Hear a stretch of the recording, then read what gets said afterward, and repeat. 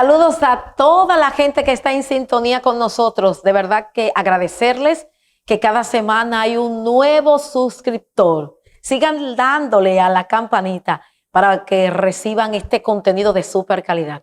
Como siempre, señores, Visión Mercantil es el programa que apoya a los comerciantes, a los emprendedores y a los profesionales de San Cristóbal. Esta semana nosotros vamos a seguir en nuestra línea, la línea del programa, el dinero, qué hacer con él, la organización, y vamos a hablar con el presidente de la filial del Instituto de Contadores Públicos y Autorizados de la República Dominicana, la filial de San Cristóbal. Con nosotros está el licenciado Norberto Beltré, contador, un profesional que al día de hoy su destacada participación en la empresa, en los negocios, definitivamente es de primer orden. Norberto, de verdad, un placer. Muy buenos días, Leomari. De verdad que el placer es mío, que me haya invitado a tu programa y tratar de darle lo mejor de mí y aportar lo mejor de mí.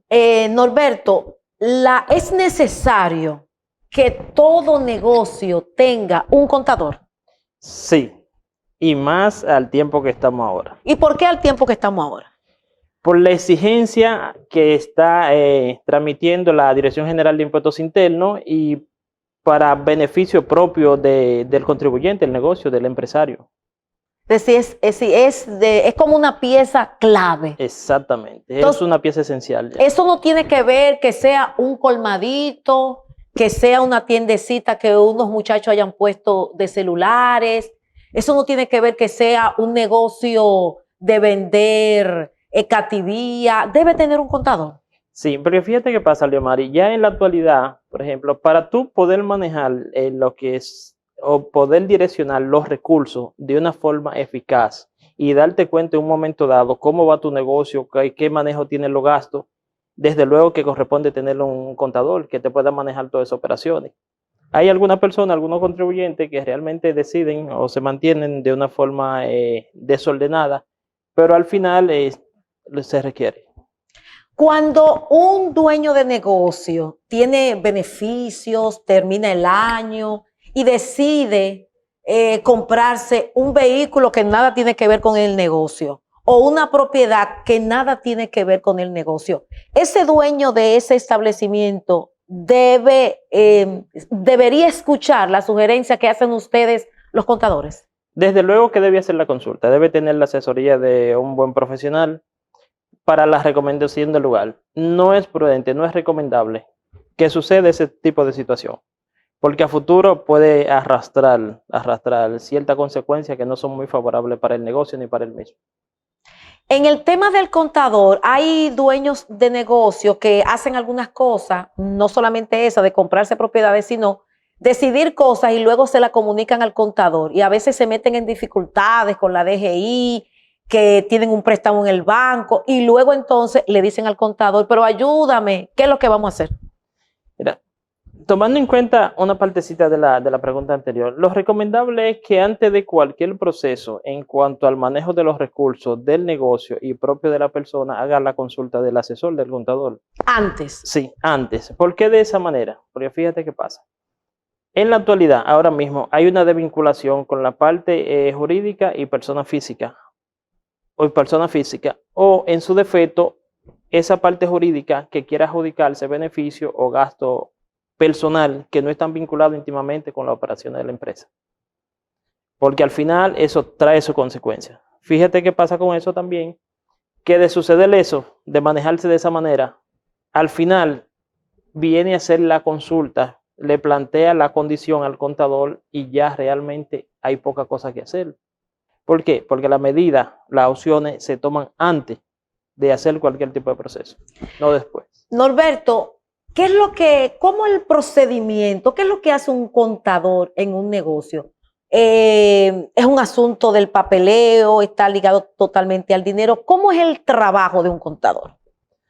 El contador está tanto ligado a la parte del manejo del efectivo como a la documentación. ¿Por qué? Porque a través de la documentación se controla o se establecen los controles internos, como denominamos, del efectivo. El contador, a manejar la documentación de la empresa, prácticamente reestructura todo y se puede dar cuenta en cuanto cualquier eventualidad se puede dar en las operaciones, dígase, de efectivo de la empresa.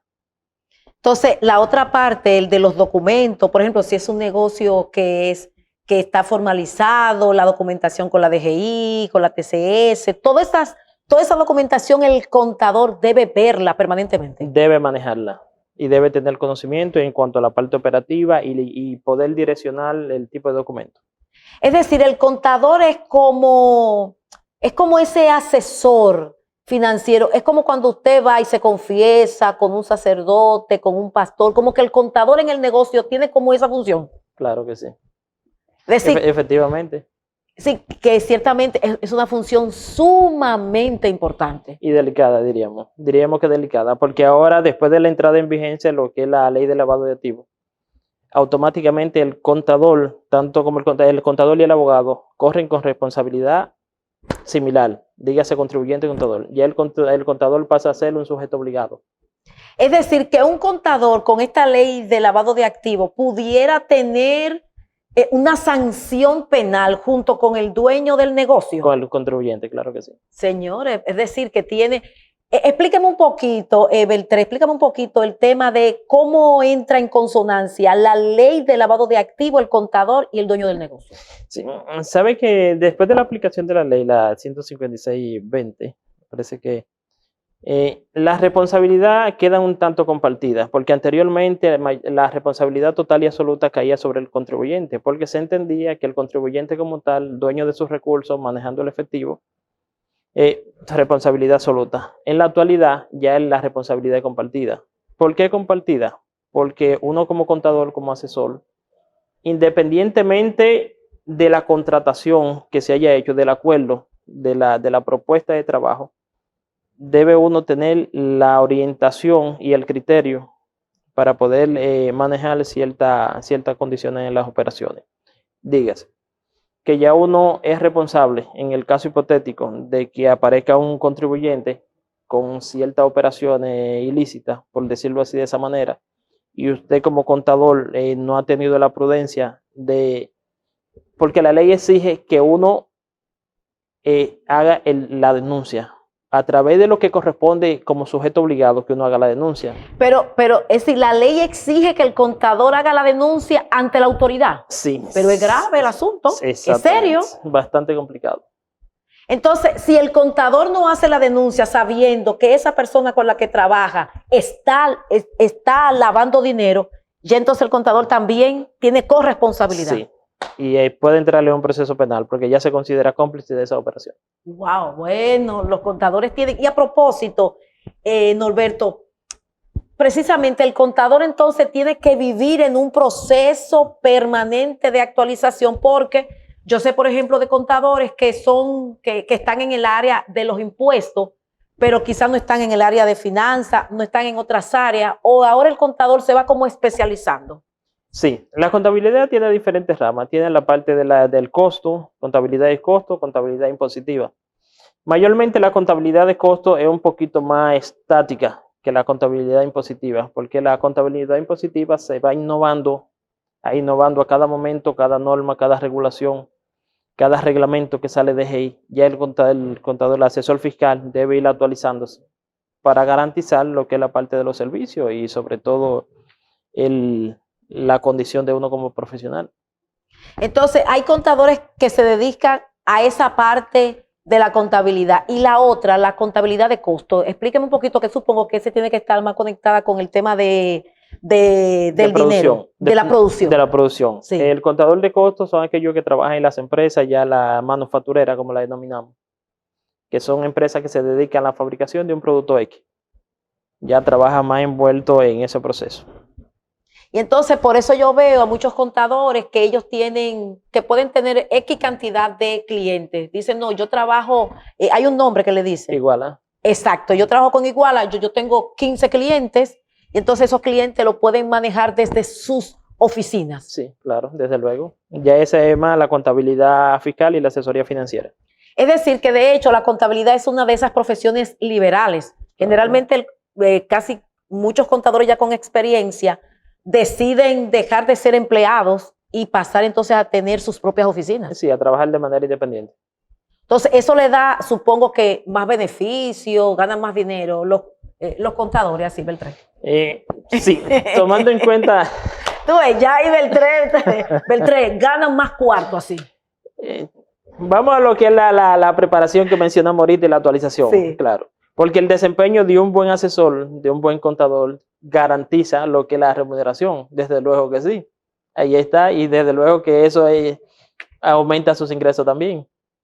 Exactamente. ¿Cuál es la diferencia o los beneficios que tiene un contribuyente cuando decide ser sujeto, ser persona física o persona jurídica? Ahí como esa asesoría que le dan ustedes, los contadores. Ok, sé que ya en esa condición, lo que es la parte de persona física, persona jurídica. ¿Cuál es el tema? Como persona física, a través de las regulaciones de la Dirección General de Impuestos Internos, te permite hacer uso de cierto volumen de gasto vinculado a lo que es la operación. Pero también tú quedes expuesto a cualquier situación que se dé en cuanto a cualquier situación legal que se dé en cuanto a las propiedades y bienes que tú tengas. De darse el caso de un proceso legal, automáticamente se puede tocar todos los bienes que tú tengas a título personal, a tu nombre. Ya bajo la condición de persona jurídica, tiene ciertas limitaciones en cuanto a si se da una situación penal, ya solamente tocaría la parte o una proporción del capital por el cual está constituida la empresa. Dígase que cualquier demanda, cualquier eventualidad, cualquier proceso, bueno, tú simplemente como propietario, representante de esa empresa, de esa compañía, va a limitarse al capital por el cual esté constituida la empresa, no más. La parte tuya personal, los bienes tuyos personal no son tocados. Y desde luego, en cuanto a los beneficios de lo que es la parte operativa, la consideración fiscal es bastante significativa. Es decir, que ustedes, por ejemplo, en tu caso, Norberto, tú le asesoras a dueños de negocios que una vez sus negocios van calando, tienen quizás, está más extendido, más responsabilidad, venden mayor cantidad, tienen más empleados, que ese negocio sí, se convierta ya en, sí, no sea persona física, sino en persona jurídica. Se formalice, sí, se formalice como persona jurídica. Es lo más recomendable. En el caso de San Cristóbal, no me diga nombre, todavía siguen muchos negocios grandes que están registrados como personas, Sí. como personas físicas. Hay mucho. Entonces, a esos negocios que están registrados como personas físicas, este programa lo ven muchos comerciantes, ¿cuál es tu mensaje a esos negocios? Que no tiene que decir ninguno, me encantaría saber cuáles son. Claro. Pero, bueno, lo recomendable sería que traten de orientarse en la mayor condición posible en cuanto a los pros y los contras de mantenerse en ese estatus. Porque desde luego ya constituirse como persona física tiene su beneficio, como persona jurídica tiene su beneficio. no, y sobre todo tú acabas de decir, y esto también va incluso en la misma línea que hemos estado llevando en el programa, porque hemos tenido también personas que vienen de entrevistados y nos hablan de ese beneficio de convertirte en persona jurídica, porque al momento de algún tipo de demanda, tus bienes personales no van a sufrir. Quedan excluidos. Quedan excluidos. Entonces, una persona que sea un comerciante con muchos años de experiencia, con negocios grandes, y que se vea frente a una demanda, todos sus bienes van a estar incluidos. Quedan envueltos en ese proceso. Claro. Entonces, sí, eso es sumamente importante. Actualmente, Norberto, los contadores de San Cristóbal, la filial, ¿abarca solo a la ciudad o abarca la provincia completa? No, porque hay una parte que es realmente Villa Altagracia. Hay algunos contadores de Villa Altagracia que se integran aquí a esta filial, sí, por el asunto del traslado a Santo Domingo. Es más cómodo yo trasladarte de Villa Altagracia para acá. Tenemos acá lo de Baní, todavía la filial está en proceso de formalización. Pero tú sabes que a nivel de las regulaciones, de los reglamentos, te exige X cantidad de contadores para tú poder formar una filial. Sí. ¿Y cuál es la cantidad más o menos? Hay un monto mínimo de 30 personas, de 30 contadores, actualizado. Pero San Cristóbal, ¿por dónde anda? Ahora mismo San Cristóbal está por los 300 y tanto de contadores activos. Activo, es decir, que hay una parte que está inactiva. Sí, claro. que eso estamos tratando de congregarlo ahora. Estamos haciendo un proceso. Pero son muchos los Sí, contadores. estamos hablando que en San Cristóbal en la actualidad hay más de 3.000 contadores. 3.000 contadores. Sí, Pero bueno, esos son graduados, ya listos y todo. exactamente. Y luego maneja un poquito el tema de las escuelas, de las universidades, más o menos por dónde anda la cantidad de estudiantes que están en esa carrera. No, estamos haciendo un levantamiento porque realmente estamos preparando un programa ahora, un proyecto, para canalizar vía las universidades pasantía y actualización práctica con los contadores ya de término, los estudiantes de contabilidad de término y recién egresados. Porque la carrera de contabilidad, el estudiante que concluye la carrera de contabilidad y no ha tenido la práctica en un negocio, cuéntame un poquito de ese profesional, porque veo que la contabilidad es una carrera eminentemente práctica. Sí. Realmente ahora hay muchos egresados de la carrera de contabilidad. Obligatoriamente se requiere cierta práctica. A veces terminan de la universidad, no consiguen la oportunidad en las empresas. Aparecen ofertas, aparecen oportunidades de trabajo y por el simple hecho de no tener la práctica, de no tener los primeros procesos, el conocimiento de los primeros procesos, no se les da la oportunidad, valga la redundancia, de poder desempeñarse en dicha posición. Entonces, en vista de eso, la filial, el instituto a nivel nacional tiene el compromiso de ir preparando un programa para ir formando y darle oportunidad a esos egresados de esa carrera, tratar de instruirlo en cuanto a la práctica y el proceso de pasantía. Es decir, por eso es tan importante que los estudiantes de contabilidad, en este caso de los de San Cristóbal, desde que inician la carrera estén cercanos a la filial. Se afilien. Porque ustedes permanentemente están en un proceso de capacitación. Sí, claro. Nosotros tenemos aquí en la filial un espacio para lo que es la capacitación. Ahora, si Dios quiere, si Dios lo permite, estamos programando un diplomado entre finales de marzo, principios de abril, que también estamos trabajando paralelamente con todo eso. En el caso de ustedes los contadores, a ver si tú me explicas, Norberto, es parecido como a los ingenieros y a los médicos. Deben tener ustedes, una vez se gradúan, ustedes tienen que hacer un proceso para ser aceptados, ustedes tienen un número para entonces ustedes que lo certifique, y además no cualquier contador puede al final de año hacer algún tipo, hay un procedimiento que ustedes le hacen a las empresas y eso no lo puede hacer cualquier contador. Cuéntame de eso. Sí, efectivamente. Sabe que al graduarse el profesional de la contabilidad en las universidades, una de las recomendaciones que hace la universidad es que haga el proceso de lugar en cuanto a canalización de S4 y registrarse como miembro del Instituto de Contadores. ¿Qué pasa con eso? El contador tiene fe pública tanto como los médicos, abogados e ingenieros.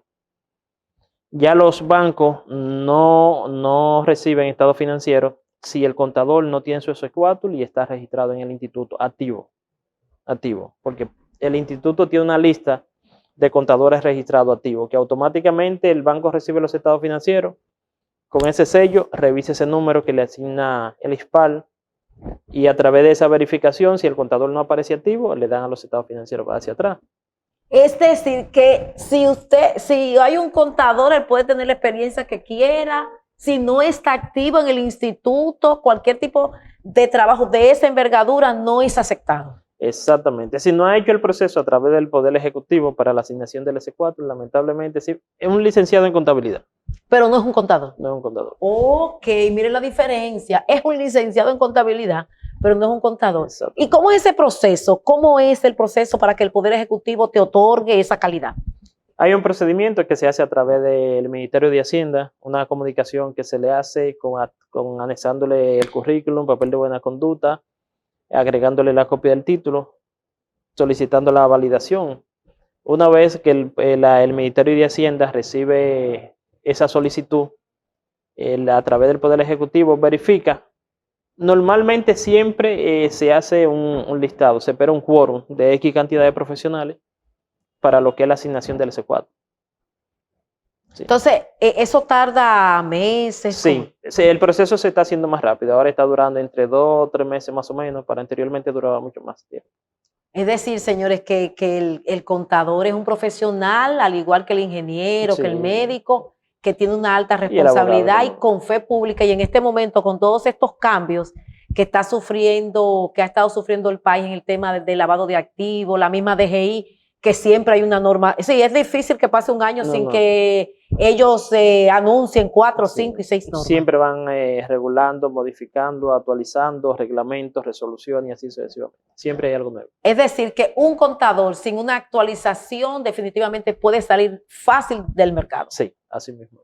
Bien, bueno. Puede de verdad, quedar desfasado fácilmente. ahí está. Bueno, señores, de verdad, Norberto Beltré, agradecerte tu presencia en este programa. Nos llevas luz sobre la importancia que tiene un contador en tu negocio, en mi negocio. Si estás creciendo y aún no tienes un contador, es hora, porque hay algunos comerciantes que dicen, no, yo hago eso, yo lo pongo aquí, yo hice un cursito, no sé qué, y yo me puedo manejar, pero llega un momento en que hay cosas que usted no lo sabe porque no puede hacer tantas funciones, es el dueño, es el gerente y es el contador. ¿Verdad que sí? O es una cosa o es la otra. O es la otra. Ahí Sí, está. porque el tiempo no le da para manejar todos los procesos. No, entonces cuando viene a ver ya va teniendo algún tipo de dificultad en su negocio y es precisamente porque no tiene al profesional adecuado en ese, ¿verdad? En ese aspecto como Claro. es el contador. Tarde o temprano salen las secuelas de ese proceso. Ahí está. Señores, nos vemos la próxima semana. Muchísimas gracias al presidente de la filial del Instituto de Contadores Públicos Autorizados de la provincia de San Cristóbal, el licenciado Norberto Beltré, que ha estado con nosotros con todo este tema y la importancia de la actualización y de que cada negocio tenga un contador. Nos vemos. Gracias, Norberto. Sí, gracias a ti, Lina.